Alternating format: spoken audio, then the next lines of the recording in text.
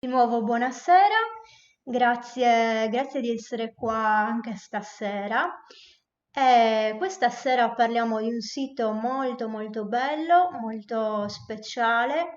Andiamo un po' più indietro nel tempo, visto che nelle ultime puntate abbiamo parlato di più dell'età nuragica, quindi eravamo nell'età del bronzo, nell'età del ferro. Adesso torniamo indietro di qualche millennio e siamo nel Neolitico. Quindi Prano Muteddu appunto è un complesso molto importante, molto vasto, si estende oggi il parco per una ventina di ettari e come al solito prima di iniziare la descrizione di quello che andiamo a trovare in questo parco, vediamo dove ci troviamo geograficamente. Ecco, vedete, siamo nella Sardegna meridionale, eccoci qua, e questo è il parco archeologico. Come sempre ve lo faccio vedere anche su Wikimapia che ci segna l'estensione del parco più o meno. Sì, diciamo abbastanza corretto, perché ricordiamoci sempre che queste risorse sono messe dagli utenti, però per avere un pochino un'idea, ecco, di quello che andiamo a visitare. E qua troviamo anche le diverse particolarità, i diversi monumenti che vediamo in questo parco, quindi li introduciamo velocemente e poi ne parleremo un pochino più in dettaglio. Quindi vedete, il parco praticamente è tagliato in due dalla strada provinciale oggi. Ovviamente in antico era tutta un'area senza soluzione di continuità, molto vasta. E qua proprio oggi entrando nel parco archeologico, la prima cosa che si incontra è il famoso lineamento di 18 menhir, che vedremo un pochino più nel dettaglio. E poi qua abbiamo la tomba monumentale che sicuramente quasi tutti conoscono, comunque molti di voi conoscono già, la tomba 2, la più famosa e anche la più grande. Qua abbiamo diverse altre tombe, tutto qua intorno abbiamo diversi menhir, qua abbiamo un altro circolo e poi dall'altra parte invece della strada oggi troviamo altre tombe, particolari a queste due, e le Domus Deianas anche. Qua c'è una Domus Deianas, mentre le altre si trovano più giù. Eccoci qua.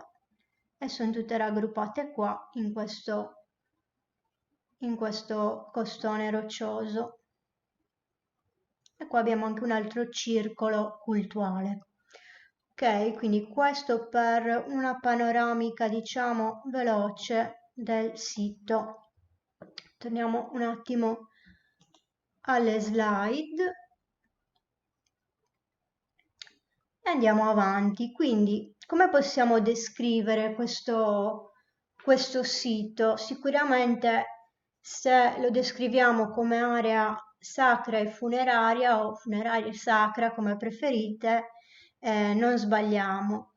Chiaramente era un'area a cui afferivano comunità che erano insediate nella zona, infatti comunque nell'area circostante sono state ritrovate anche testimonianze che indicano comunque degli insediamenti di età neolitica, però diciamo che tutta questa zona qui non era una zona insediativa, ma era una zona di altro tipo, quindi la possiamo chiamare area sacra chiaramente perché abbiamo diversi elementi che si collegano al sacro, al di là del fatto che anticamente, poi soprattutto nella preistoria, diciamo che le aree funerarie non erano soltanto dei luoghi di sepoltura, ma erano dei luoghi sacri veri e propri dove si rendeva omaggio agli antenati,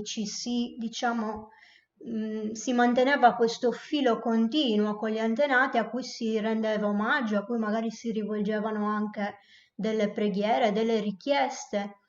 Non solo, ma era anche un luogo dove appunto, essendo presente la morte, che era uno degli elementi, ovviamente, cioè è uno degli elementi fondamentali del ciclo della vita, considerato sempre in una maniera ciclica, quindi continua, quindi morte e vita erano presenti allo stesso modo. A questo proposito, un piccolo aneddoto: spesso le persone quando vengono a visitare questi posti rimangono talmente estasiate dalla bellezza, dalla pace che si respira in questi luoghi, che dicono no, ma non mi sembra un luogo di morte perché è troppo bello qua. Però, a parte che anticamente la morte era concepita in modo diverso, chiaramente la morte non esclude la vita, quindi un luogo dove si rende omaggio ai defunti, agli antenati e si seppelliscono anche i loro resti, può anche essere un luogo di celebrazione della vita, cosa che a noi sembra molto strano. Non solo, ma poi vedremo anche che chiaramente questo discorso del sacro può avere anche altre valenze. E infatti alla fine vi parlerò in breve anche delle valenze astronomiche, ricordandovi, per chi ha seguito le scorse puntate, che questo collegamento cielo-terra è sempre presente nei luoghi sacri antichi e quindi anche il suo significato, che abbraccia tutti gli aspetti, dalla misurazione del tempo, e anche il tempo quindi rientra in un ambito sacro, ha proprio diciamo, riconoscimento di quelle leggi perfette che regolano proprio l'avvicendarsi delle stagioni e quindi di conseguenza anche i cicli vitali, l'organizzazione anche produttiva, cioè diciamo degli aspetti più spirituali si passa anche agli aspetti molto pratici in un intreccio molto stretto. Come vi ho detto altre volte, anticamente non c'era questa separazione che invece noi viviamo sempre fra i vari ambiti. Ok, quindi lo possiamo definire così. Questo complesso è stato scavato all'inizio degli anni 80, quindi comunque le tombe sono state riportate in luce in seguito agli scavi e la datazione appunto dei vari reperti che sono stati ritrovati conferma una datazione alla fase finale del Neolitico recente e ai primi momenti del Neolitico, quindi più o meno possiamo dare questo range cronologico. Proseguiamo e andiamo a parlare dei menhir, che sono uno proprio degli elementi più caratteristici di questo sito. Prima vi ricordo che in Sardegna esistono censiti circa tra gli 800 e 1000 menhir dovrebbero essere in tutta l'isola. Quindi sicuramente possiamo pensare che in antico siti dove c'era una grande concentrazione di menhir non era affatto un qualcosa di raro, ok? Chiaramente, essendo così antichi ed essendo anche riutilizzabili, i menhir sono stati riutilizzati o comunque smantellati, rivelti dalle loro posizioni originarie già da epoche molto antiche. Abbiamo anche strutture nuragiche, per esempio, dove troviamo dei menhir reimpiegati, quindi immaginatevi in 5.000 anni. È chiaro che oggi i menhir che sono rimasti al loro posto sono veramente una minoranza. Poi se andiamo ad ascoltare un po' di fonti orali, vediamo che nell'ultimo secolo ancora di più si è accentuata questa spoliazione di questi siti dove erano presenti i menhir. Ecco, quindi detto questo, oggi come oggi, i siti in Sardegna dove ci sono in assoluto più menhir sono Biru e Conca, Sassorgono, che forse avrete sentito nominare, molto famoso, e Pranu Muttedu. A Pranu Muttedu ci sono circa in totale una sessantina di menhir, ma l'allineamento più famoso è quello che si incontra appunto all'inizio di 18 menhir, che poi vedremo anche come è orientato questo allineamento e quali spunti di riflessione può dare la presenza di questo allineamento. Ma come vi stavo dicendo, ovviamente non è l'unico. I menhir si trovano posizionati in vario modo, in associazione alle tombe, fuori dagli ingressi come segnacolo. In questo caso qua per esempio abbiamo una tomba dove ci sono 3 menhir, oppure li troviamo a coppie. Quindi così come abbiamo visto, anche se siamo in un altro periodo, così come abbiamo visto quando abbiamo parlato del santuario di Romanzesu, diciamo che questo complesso, anche se è stato, come dire, a poco implementato, potremmo dire, quindi con l'aggiunta ovviamente di nuovi monumenti, nuove tombe, però diciamo che il tutto veniva relazionato, cioè i vari elementi erano relazionati fra di loro in modo che fosse comunque un insieme coerente e sicuramente questi rapporti reciproci, no, tra i singoli elementi che magari segnavano percorsi, aree ben delimitate con le rispettive funzioni e significati, ovviamente erano chiari e leggibili per chi frequentava il sito come area sacra e come area funeraria, ok? Quindi possiamo per esempio ipotizzare che segnassero anche dei percorsi, degli ingressi, dei luoghi di sosta. Ok, queste possono essere alcune delle ipotesi.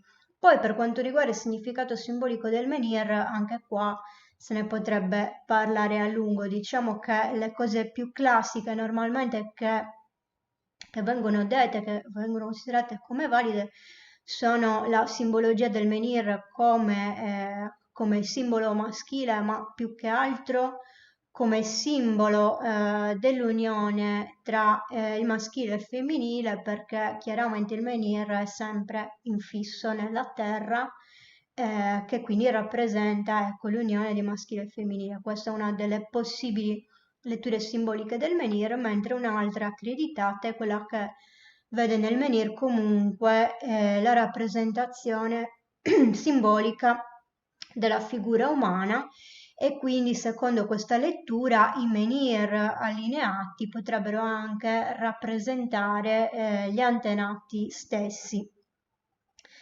Non dobbiamo però pensare che per forza una cosa escluda l'altra. Noi, insomma, come vi dico sempre, siamo un po' abituati a pensare per out, invece a volte le simbologie erano anche stratificate nel mondo antico, per cui non possiamo sapere se un singolo elemento poteva avere anche una pluralità di significati, ok? Significati che magari potevano essere o compresenti oppure anche variare poi nel corso del tempo, quindi tutte queste cose ovviamente, come sapete, non le possiamo dire in dettaglio. Ma prima di andare avanti, con i nostri potenti mezzi tecnologici, vi volevo far vedere l'allineamento dei menhir appunto con i nostri potenti mezzi. Ecco, siamo nel parco di Pranutedu e qua abbiamo l'allineamento principale dei menhir. Sembra quasi di essere lì, con tutte le margheritine. Eccoci. Poi qua immaginiamoci di proseguire il sentiero di visita per arrivare alle tombe. Prima vi faccio vedere, ecco, anche una vista qua. Qua non li riusciamo a vedere i menhir perché sono sotto gli alberi, però vi volevo far vedere, ecco, tutta la zona circostante in questa bellissima foto di Teravista che ringrazio. Eccoci, e poi abbiamo l'area della tomba 2.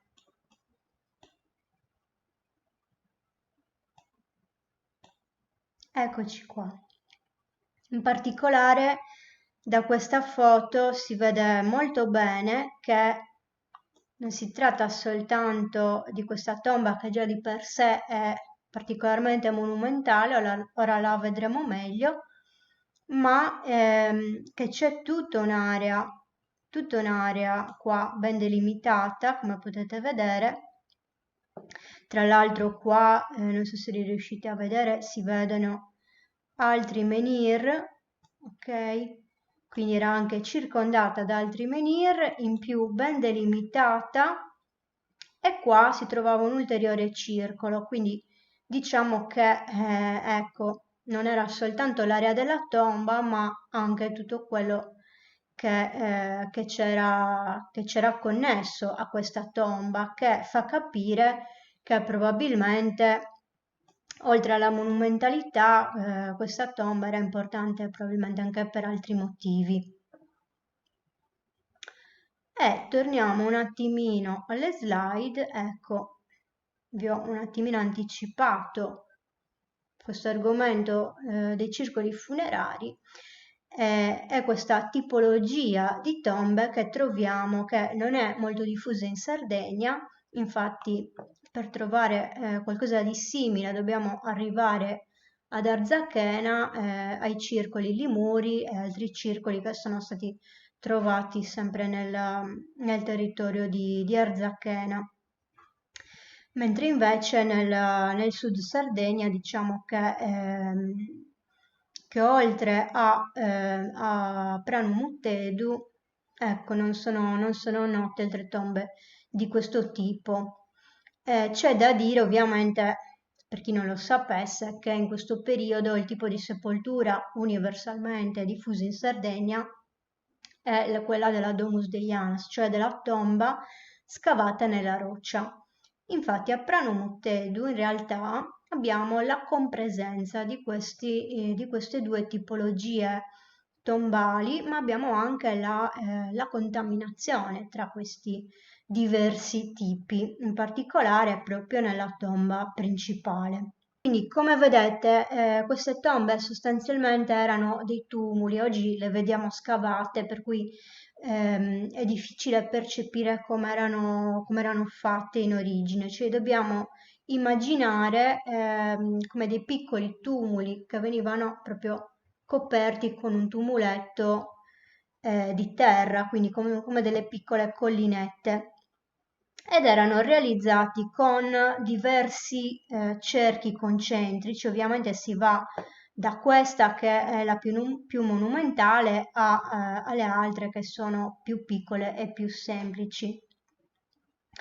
Quindi circoli concentrici e poi all'interno una camera funeraria che poteva essere anche ripartita in diversi vani. Infatti queste tombe potevano essere anche plurime oppure anche singole. Chiaramente quelle più piccole, ecco, ovviamente erano delle tombe singole, ma c'erano anche tombe destinate a diversi defunti.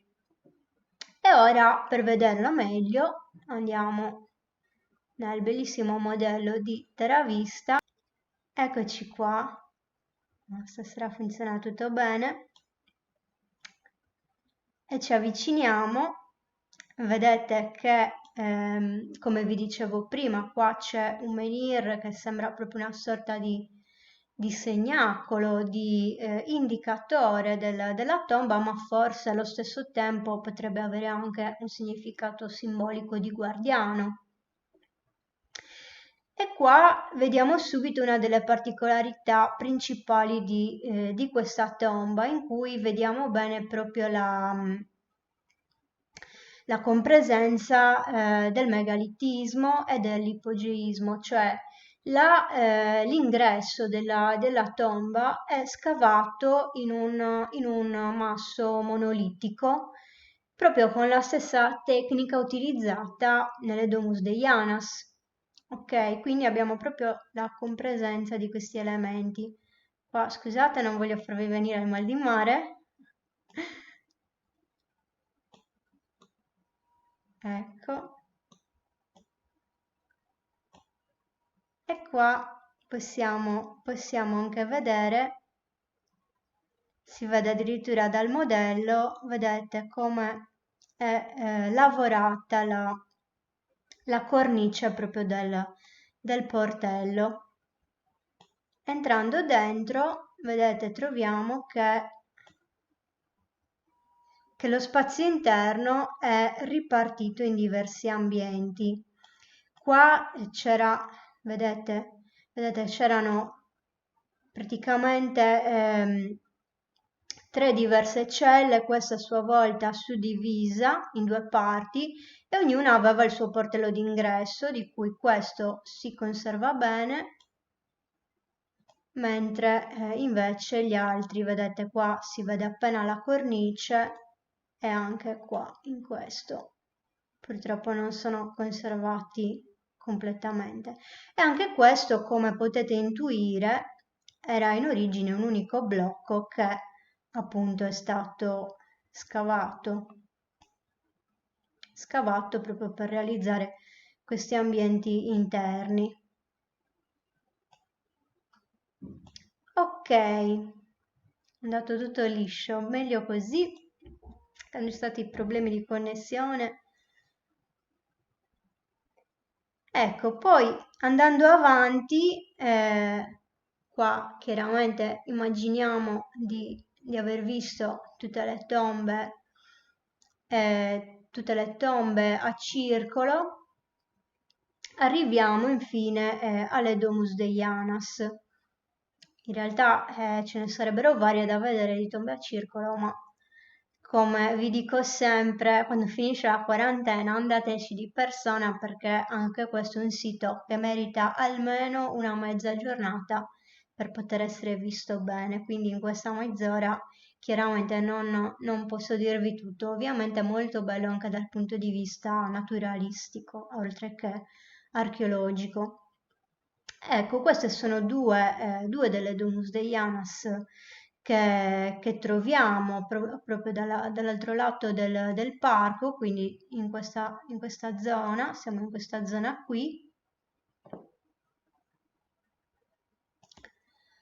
E vabbè, diciamo che come particolarità non c'è tantissimo da dire, sono abbastanza piccole come Domus Deianas, non troviamo particolari decorazioni, ma comunque molto interessante sia la compresenza delle diverse tipologie funerarie, sia il fatto che anche nei pressi di queste Domus Deianas, che comunque di cui la maggior parte sono tutte ricavate in un unico roccione, sono anche vicino ad altre strutture che potrebbero essere interpretate come cultuali, proprio in particolare mi riferisco al cosiddetto circolo cultuale. Viene chiamato così, poi ovviamente perché si capisce che non è una tomba, per cui si trova comunque là, è molto probabile che fosse un recinto appunto con un significato sacro. Bene, guardo di nuovo se ci sono domande e poi ci avviamo verso la conclusione e vi parlo velocemente anche delle valenze astronomiche che sono state riscontrate nel sito. Allora, da Instagram mi chiedono dove si trova esattamente. Si trova a Goni, l'ho fatto vedere all'inizio, siamo nel sud Sardegna, ok, comune di Goni. Mi sembra strano, forse non l'ho detto neanche una volta, scusatemi. L'allineamento dei menhir è originale? Sì, l'allineamento dei menhir è originale. Chiaramente non possiamo escludere che in origine magari ce ne fossero di più, comunque alcuni non sono completamente interi, però ecco, sicuramente apro una parentesi, in origine i menhir, i monumenti, come stavo dicendo prima, erano molti di più, erano molto articolati, per cui come vedremo fra poco anche le analisi che si possono fare sugli orientamenti e gli allineamenti devono tener conto del fatto che ci potrebbero essere delle grosse lacune che possono inficiare comunque determinati risultati o comunque di sicuro inficiare una comprensione, diciamo, più completa di tutto il complesso. Ok, vediamo se anche qui. Ma qua vedo che stanno facendo discorsi paralleli nei commenti, però adesso no.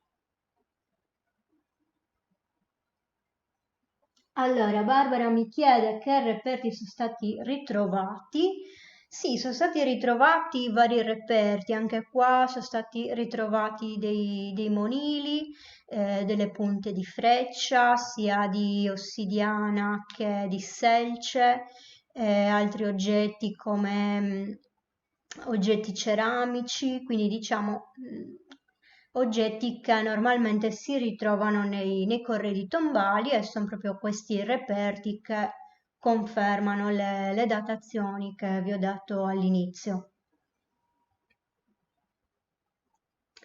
Allora, Ilenia cara mi chiede se sono stati mai ritrovati dei tumuli integri. Allora, completamente integri no, chiaramente, però è ovvio, cioè, diciamo che integro è un concetto un po' relativo in archeologia, perché trovare una cosa proprio perfettamente intera, quando si tratta di una struttura un po' complessa, è molto molto difficile, se quasi quasi impossibile, direi. Però diciamo che ovviamente ci sono delle situazioni in cui abbiamo dei monumenti ben conservati, come può essere anche in questo caso. Sicuramente tra le tombe dei giganti ce ne sono più intere rispetto a quello che possono essere queste, cioè qualche tomba dei giganti praticamente è completamente intera, o quasi, qualche pietra manca sempre. Ok, poi in ogni caso è difficile vederla come era in origine, anche con tutto quello che c'era intorno, eccetera, per cui ecco, la risposta può essere ni.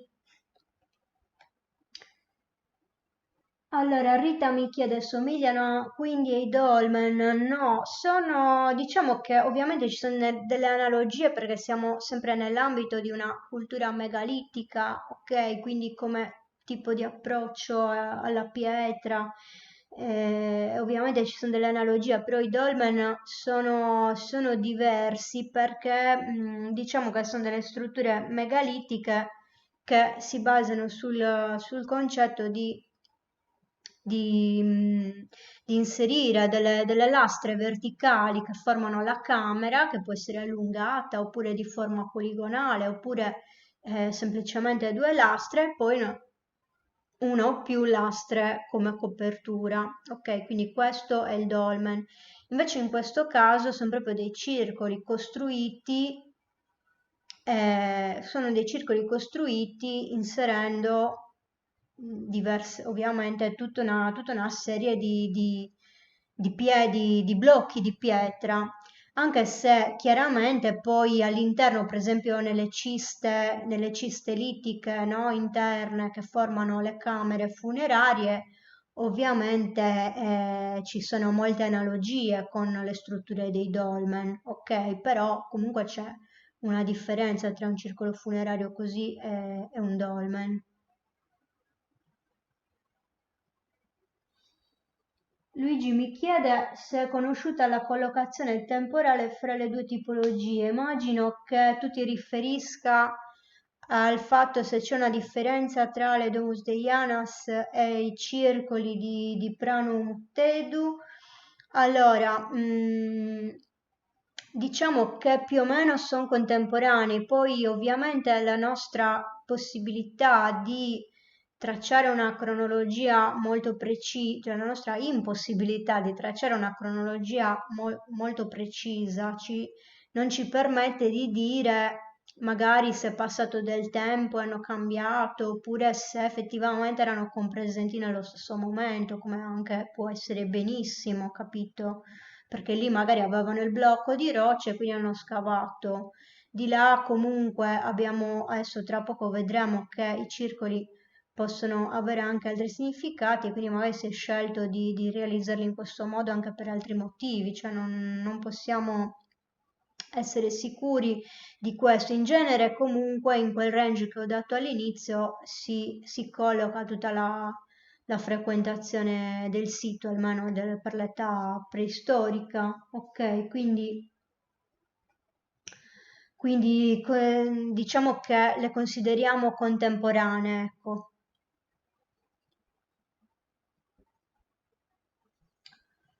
Ah, Valentina mi chiede qualche esempio di siti nuragici in cui sono stati reimpiegati menhir. Beh, ce ne sono parecchi in realtà. Per esempio, in molti nuraghi sono stati utilizzati anche come architravi i menhir, ok? Oppure nelle tombe dei giganti.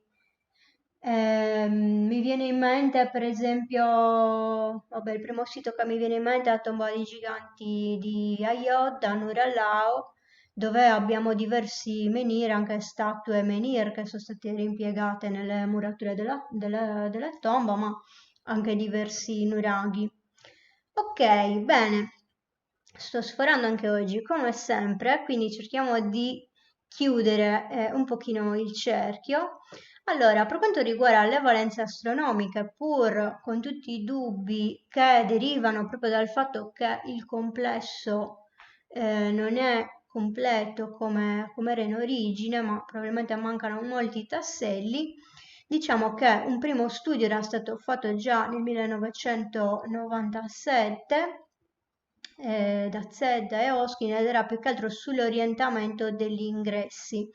Quindi questo studio sull'orientamento degli ingressi diciamo che come riscontro aveva dato come riscontro principale un orientamento verso il punto in cui sorge e si leva il sole. Tutte le tombe, tranne una, diciamo che hanno un orientamento coerente in questo senso, per cui sembra voluto comunque un richiamo alla connessione con il Sole. Quindi sia da un punto di vista forse calendariale, sia anche, non dobbiamo dimenticare quello che è il significato comunque del Sole eh, come elemento che permette la vita, che feconda la terra e così via. E quindi anche qua in connessione proprio col concetto di rinascita. Essendo ovviamente delle tombe, c'è sempre questa connessione c'è sempre questo richiamo in qualche modo alla rinascita, quindi la connessione solare, per esempio, potrebbe essere interpretata in questo senso. Quindi questo per quanto riguarda gli ingressi, mentre uno studio più recente che è stato presentato 2 anni fa, no, 3 anni fa al convegno di archeastronomia di Sassari, è uno studio più ampio, diciamo, sulla topografia dei diversi elementi messi in relazione tra di loro. Quindi cosa propone, diciamo, questa ipotesi? Loro praticamente hanno visto che se si fanno partire 2 linee, diciamo, dal centro della tomba principale, ecco, passano per il primo e l'ultimo menhir in modo da definire i 2 punti delle stazioni lunari, quindi la stazione lunare maggiore a nord e la stazione lunare minore nord. E quindi diciamo che indicando questi punti si può avere anche una valenza di tipo calendariale, ok, di questo complesso.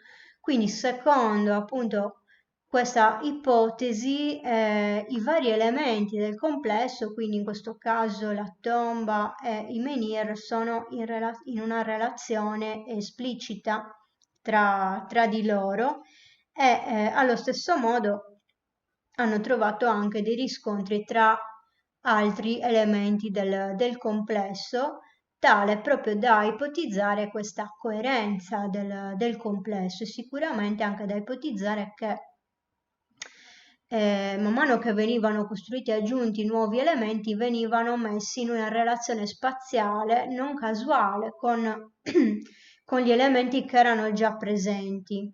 Ok, quindi questa è ovviamente una possibile lettura che richiede ancora probabilmente ulteriori approfondimenti, ma che in parte non può essere del tutto confermata proprio per il fatto che non abbiamo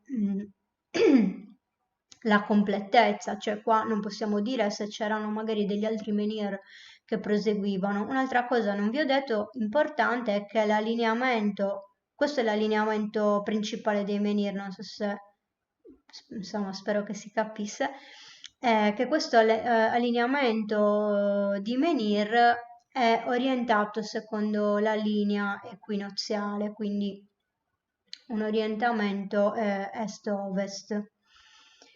Ok, bene ragazzi, io mi fermerei qua.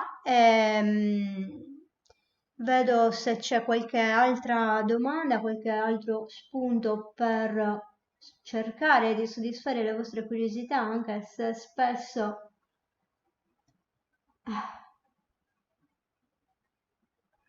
ecco, giustamente mi commentano, ci vorrebbe qualche audace archeologo che ci fornisca una presentazione ipotetica ricostruzione col tumulo nel loro aspetto originario. Quindi da Prano Muttedo ci fanno questo commento.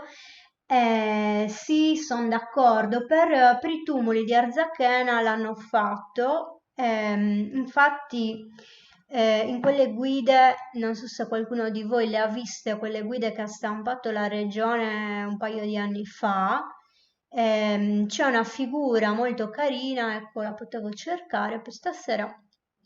C'è una figura molto carina che fa vedere questi tumuli con tutti verdi col pratino sopra, quindi chissà, magari anche quelli di Prano Mutteddu li possiamo immaginare così, anche sono abbastanza simili, però anche lì comunque ci sono delle differenze. Diciamo che quelli di Arzachena forse sono un pochino più semplici come strutture e anche un, un po' più piccoli, forse no, diciamo che sono tutti diversi tra di loro come diametri. Però ecco, comunque non sono molto simili, ma non proprio identici. Bene, vediamo se c'è qualche altro comment interessante.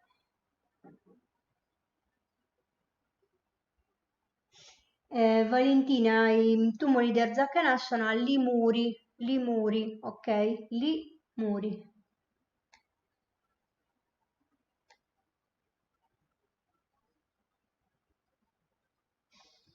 Barbara chiede, era anche un luogo di cura e di ricerca di equilibrio dei vivi e non solo dei defunti. Questo ovviamente è una di quelle cose a cui non possiamo rispondere, ma io vi dico sempre perché no?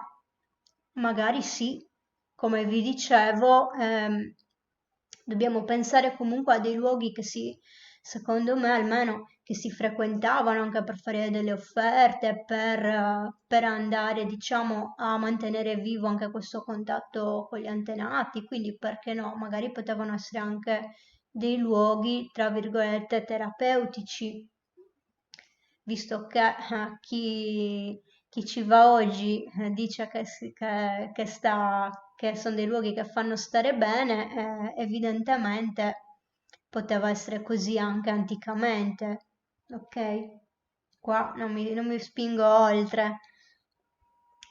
Bene, allora ragazzi, io mi sa che vi saluto tutti, guardo anche qua su Instagram se ce la faccio col dito, se no faccio cadere tutto col dito.